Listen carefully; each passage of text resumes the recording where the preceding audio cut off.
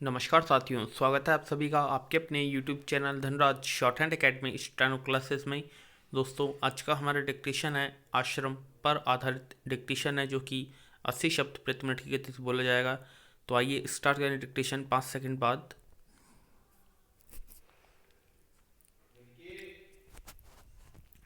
Start. प्राचीन काल में व्यक्तिगत व्यवस्था के दो स्तंभ थे, पुरुषार्थ और आश्रम विराम। सामाजिक प्रकृति, गुण, कर्म और स्वभाव के आधार पर वर्गीकरण 4 वर्णों में हुआ था विराम। व्यक्तिगत संस्कार के लिए उसके जीवन का विभाजन 4 आश्रमों में किया गया था विराम। ये 4 आश्रम थे: ब्रह्मचर्य, गार्हस्थ, वानप्रस्थ और संन्यास। पैरा। आश्रम संस्था का प्रादुर्भाव वैदिक युग में हो चुका था, किंतु उसके विकसित और दृढ़ होने में काफ़ी समय लगा। वैदिक साहित्य में ब्रह्मचर्य और गार्हस्थ्य अथवा गार्हपत्य का स्वतंत्र विकास का उल्लेख नहीं मिलता। इन दोनों का संयुक्त अस्तित्व बहुत दिनों तक बना रहा और इनको वैखानस, यति, मुनि, श्रमण आदि से अभिहित किया जाता था। वैदिक काल में कर्म तथा कर्मकांड की प्रधानता होने के कारण निवृत्ति मार्ग अथवा संन्यास को विशेष प्रोत्साहन नहीं था। वैदिक साहित्य के अंतिम चरण उपनिषदों में निवृत्ति और संन्यास पर जोर दिया जाने लगा। यह स्वीकार कर लिया गया था कि जिस समय जीवन में उत्कृष्ट वैराग्य उत्पन्न हो, उस समय से वैराग्य से प्रेरित होकर संन्यास ग्रहण किया जा सकता है विराम। फिर भी संन्यास अथवा श्रमण धर्म के प्रति उपेक्षा और अनास्था का भाव था। पैरा। बौद्ध तथा जैन सुधारणा ने आश्रम का विरोध नहीं किया, किंतु प्रथम 2 आश्रमों ब्रह्मचर्य और गार्हस्थ्य की अनिवार्यता नहीं स्वीकार की विराम। इसके फलस्वरूप मुनि अथवा यतिवृत्ति को बड़ा प्रोत्साहन मिला और समाज में भिक्षुओं की अगणित वृद्धि हुई। इससे समाज तो दुर्बल हुआ ही, अपरिपक्व संन्यास अथवा त्याग से भ्रष्टाचार भी बढ़ा विराम। इसकी प्रतिक्रिया और प्रतिसुधारण ईसा पूर्व 2री सदी अथवा शुंग वंश की स्थापना से हुई।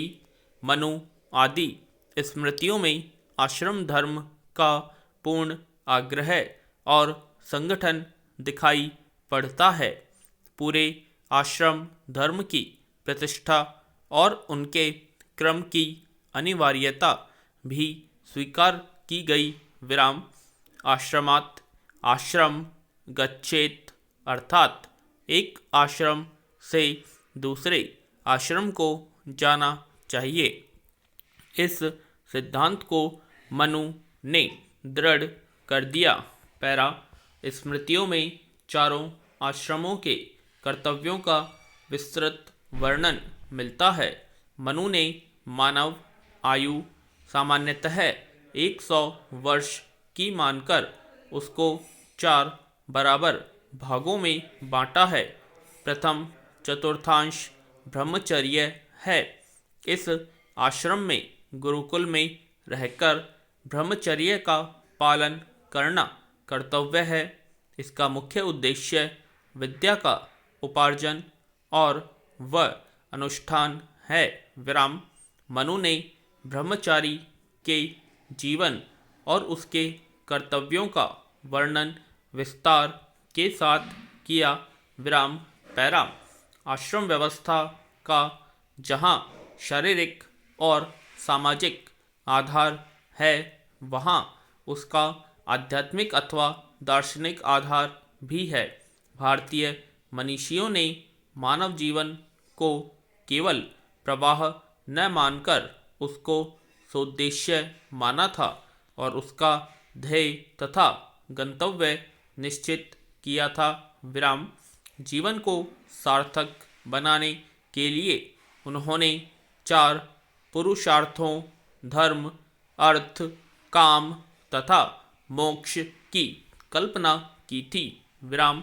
प्रथम 3 पुरुषार्थ साधारण रूप से तथा अंतिम साध्य रूप से व्यवस्थित था।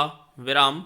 मोक्ष परम पुरुषार्थ अर्थात जीवन का अंतिम लक्ष्य था, किंतु वह अकस्मात अथवा कल्पना मात्र से नहीं प्राप्त हो सकता है। उसके लिए साधन द्वारा क्रमशः जीवन का विकास और परिपक्वता आवश्यक है। विराम। इसी उद्देश्य की पूर्ति के लिए भारतीय समाजशास्त्रियों ने आश्रम संस्था की व्यवस्था की। विराम। आश्रम वास्तव में जीव का शिक्षणालय अथवा विद्यालय है। विराम। ब्रह्मचर्य आश्रम में धर्म का एकांत पालन होता है। ब्रह्मचारी पुष्टि शरीर, बलिपुष्ट बुद्धि, शांत मन, शील, श्रद्धा और विनय के साथ युगों से उपार्जित ज्ञान, शास्त्र, विद्या तथा अनुभव को प्राप्त करता है। सुविनीत और पवित्र आत्मा ही मोक्ष मार्ग का पथिक हो सकता है। विराम।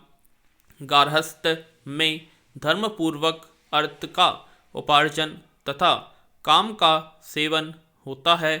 संसार में अर्थ तथा काम के अर्जन और उपभोग के अनुभव के पश्चात ही त्याग और संन्यास की भूमिका प्रस्तुत होती है।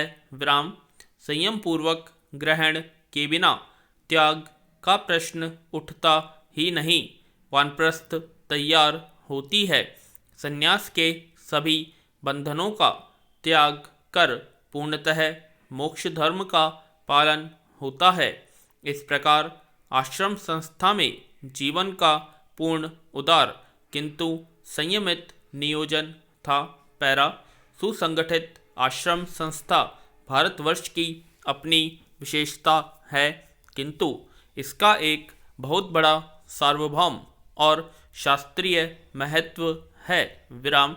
यद्यपि ऐतिहासिक कारणों से इसके आदर्श और व्यवहार में अंतर रहा है, जो मानव स्वभाव को देखते हुए स्वाभाविक है, तथापि इसकी कल्पना और आंशिक व्यवहार अपने आप में गुरुत्व रखते हैं। पूर्ण विराम। तो दोस्तों, यह थी हमारी आज की आश्रम टॉपिक पर आधारित डिक्टेशन, जो कि 80 शब्द प्रति मिनट की गति से बोली गई थी। आशा करते हैं आप सभी को ये डिक्टेशन पसंद आई होगी, तो प्लीज़ कमेंट बॉक्स में कमेंट करें और हमें ये कमेंट करके बताएं कि आप सभी को ये डिक्टेशन कैसी लगी। ज़्यादा से ज़्यादा वीडियो को शेयर करें, लाइक करें, चैनल को सब्सक्राइब करें। धन्यवाद।